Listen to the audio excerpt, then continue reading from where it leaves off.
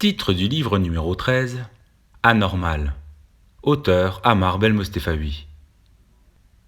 Être normal, c'est synonyme de formatage, d'un lavage de cerveau à plein temps.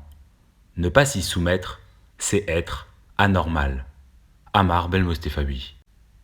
Ceci est un test. Si vous n'arrivez pas à lire, écoutez, ce texte plus de 2 minutes, c'est que vous êtes normal. J'ai très rapidement compris cela. J'ai mis du temps à l'accepter. Le premier indice qui a prouvé que j'étais anormal est lorsque j'ai une fois refusé qu'on m'offre un carambar au caramel. Ça casse les dents. J'étais très jeune. Je devais avoir tout au plus 6 ans. Je me posais déjà de drôles de questions et j'avais des affirmations déconcertantes. Le vrai supplice fut pour moi l'hygiène. Les adultes me disaient de me laver les mains avant de sortir des toilettes.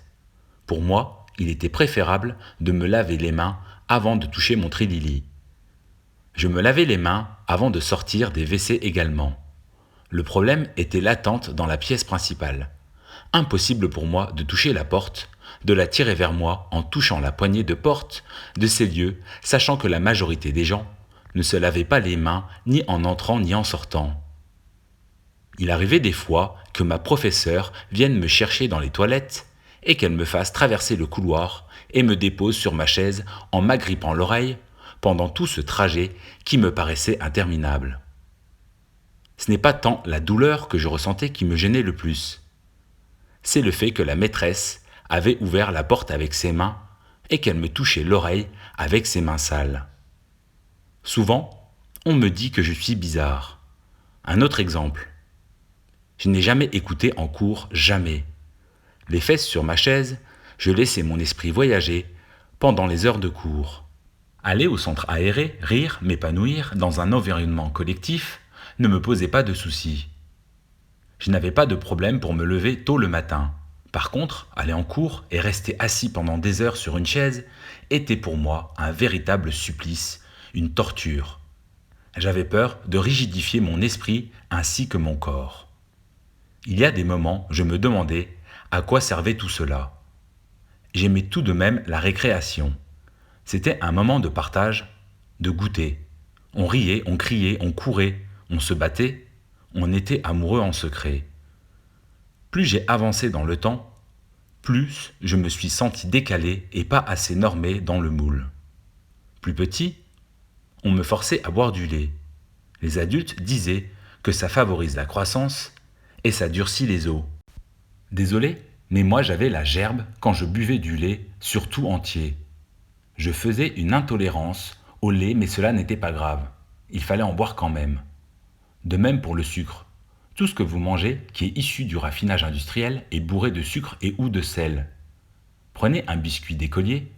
Vous avez dans un gâteau de ce type l'équivalent de 3 grammes de sucre, c'est-à-dire l'équivalent d'une dosette de sucre. J'ai été soumis à ces drogues dès mon plus jeune âge. On en met partout. Dans le café, dans les boîtes de thon, dans le jus, dans les dattes, les plats préparés. Je n'ai pas aimé manger les petits pois, mais je voulais manger des légumes. J'avais en effet remarqué que manger des frites à la cantine le temps de midi me faisait m'assoupir l'après-midi. La maîtresse me disputait encore et encore. J'étais à ses yeux un bon à rien. Désolé, mais manger gras, ça me fait dormir. Déjà à l'époque, j'ai failli finir en classe spécialisée pour élèves en retard mental, tout ça à cause de mon inattention aux dires de mes professeurs, ces 10 heures de vérité qu'on ne peut contrarier au risque d'être mis sur la touche. En fait, tout est faux, même le pain. On est loin du pain noir qu'ont connu nos ancêtres. Le bio, le sans sucre, mais avec aspartame, le fabriqué en France, les soupes de légumes, ce que les gens affichent sur les réseaux sociaux, le semblant d'humanité, le sentiment d'entraide, les relations au travail, les relations hommes-femmes, les relations amicales. Les relations désintéressées aussi. Le comportement des soi-disant amis qui sont toujours disponibles pour vous demander un service et qui ne vous demandent pas de nouvelles le reste du temps. Les effets de mode sont aussi ridicules. On a connu la mode des strings qui sortaient du pantalon, du tatouage dans le bas du dos et le piercing nasal. Je ne parle même pas des effets de mode vestimentaire pour mesdames. Oui, je sais, Il faut vivre avec son temps, mais bon, un peu de personnalité, ça ne fait pas de mal. On me reproche d'être dur et trop dans le détail, trop précis dans certaines de mes analyses. Je réfléchis de trop. Je ne sais pas si vous avez connu ce degré de précision, mais on m'a forcé à faire d'autres choses que je ne voulais pas faire. Écrire au stylo plume et respecter scrupuleusement les lignes du cahier. Pour moi, ce fut une catastrophe de normalité. Autant j'arrivais à écrire avec un stylo bic noir, mais le stylo plume n'était pas destiné pour moi, même avec un buvard. Ma main gauche passait sur l'encre avant même que l'encre ait le temps de sécher. Un désastre. Rien à faire, il fallait écrire au stylo plume. Encre bleue s'il vous plaît. Dire que maintenant, je n'utilise plus ce type de stylo. Pourquoi avoir donné autant d'importance à l'utilisation de ce type de stylo? Cela reste un grand mystère pour moi. J'avais un autre problème pour lequel je n'ai toujours pas la réponse à ce jour. Je prenais souvent le cahier à l'envers et j'écrivais. Je devais déjà appréhender le monde dans le mauvais sens. J'ai beaucoup triché à l'école. Je suis dans les aveux donc je vous balance tout. Oui, encore un comportement anormal, immoral. Par contre, ce n'est pas bien de tricher, de regarder la copie de son voisin ou d'avoir des pompes, des notes cachées dans des endroits plus originaux que dans la trousse ou sous la règle. Ce n'est pas une forme d'intelligence. Il en fallait tout de même de l'imagination pour tricher. Je vous avoue qu'il était plus facile d'apprendre par cœur les cours que de tricher. Tricher, c'est plus risqué, et dans la vie, qui prend des risques? Il y a des règles à respecter. Pour moi, les règles, c'est fait pour être contourné et pas pour les respecter à la lettre. Je ne suis pas un automate à qui on inculque un programme. Chacun doit protéger sa copie du regard de son voisin qui n'a pas révisé ses cours. Je n'avais donc pas les meilleures notes, mais j'étais tout de même dans la moyenne passable. Les adultes me disaient « Si tu veux un bon travail plus tard, il faut bien travailler à l'école et être moins dissipé. » On me le reprochait souvent. Je n'ai jamais vraiment respecté les règles. Toujours sur le fil d'Ariane. Il fallait toujours et encore lire des livres d'un autre temps, faire toujours et encore plus de devoirs, surtout pendant les vacances scolaires. Je trouvais plus fun les bandes dessinées. Pour moi, l'écrit et le visuel se marient bien. Alors pourquoi se contenter uniquement d'un écrit de livres qui datent des siècles passés obsolètes? L'avantage de la BD est que j'arrivais à me mettre dans la peau du personnage plus qu'en visualisant la télévision. J'imaginais ce qui se passait entre deux dessins, entre deux bulles. Bon, j'arrête de parler de l'école. Cela me donne le cafard. L'école a pour signification loisir, arrêt de travail. Ce n'est pas pendant ces moments de ma vie que je me suis éclaté loin de là. Mais bon, j'arrête de critiquer le système. C'est tellement facile de le faire, surtout aujourd'hui. Rien ni personne n'est parfait et certainement pas moi. On me le dit souvent. J'ai continué mes études comme tout le monde. Oui, il était dit que faire des études, c'est avoir un super boulot à la clé. À ce jour, malgré mon niveau d'études, je me retrouve dans ma ville d'origine à financer des mouroirs pour personnes âgées.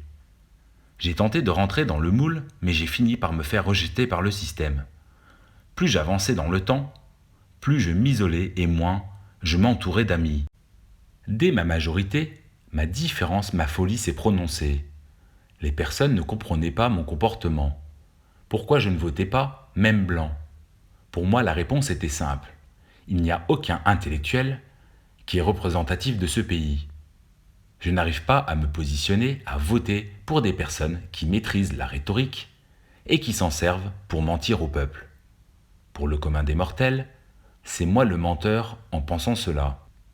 Les politiques veulent notre bien-être à tous et je devrais accepter le choix citoyen, me dire que tout allait mieux sur tous les sujets abordés par ces hommes et ces femmes hypocrites qui veulent le bien de tous. Je n'ai pas de télévision. Je pense que c'est pour cette raison que je ne pense pas comme tout le monde. Du coup, je pense un peu trop aussi. La vérité n'est pas forcément dans les livres, mais elle semblerait être dans nos écrans et devant nos yeux et pas sous nos yeux. J'hésite à parler de ce type de sujet avec mes collègues ou même à mon entourage, qu'il me reste. Pour moi, la télévision est synonyme de lavage de cerveau, ça rejoint l'école. Essayez de ne pas la regarder pendant 1 mois et on en reparlera. Récemment, j'ai acheté ma voiture, content et content. On m'a dit que j'étais un imbécile heureux. Les taux sont bas et j'aurais dû profiter de cette opportunité d'acheter à crédit. J'ai dit que j'étais contre le crédit et on m'a dit que j'étais contre le système, que mes réactions étaient singulières. Souvent, on me voit seul, accompagné d'un livre et on se moque de moi. Pourquoi lire entre nous?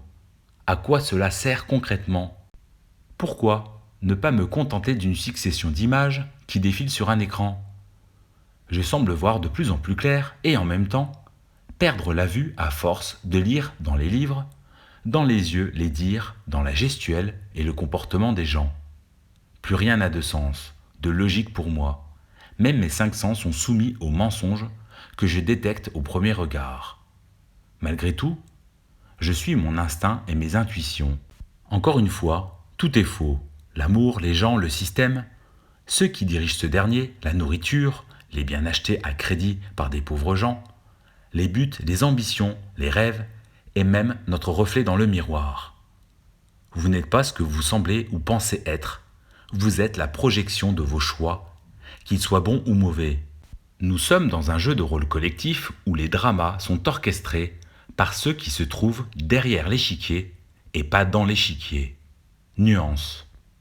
Chacun de nous joue un rôle dans cette société, un peu comme la petite fille qui joue à la dinette ou à la maman avec son poupon, ou le petit garçon qui joue aux gendarmes et aux voleurs, ou avec des voitures. Dès notre plus jeune âge, on se crée un univers. Par exemple, la fille s'imagine un personnage à travers une poupée et le garçon à travers un héros qui va se battre contre les méchants. J'ai gardé cette imagination d'enfant, ce qui fait de moi un être immature pas normal.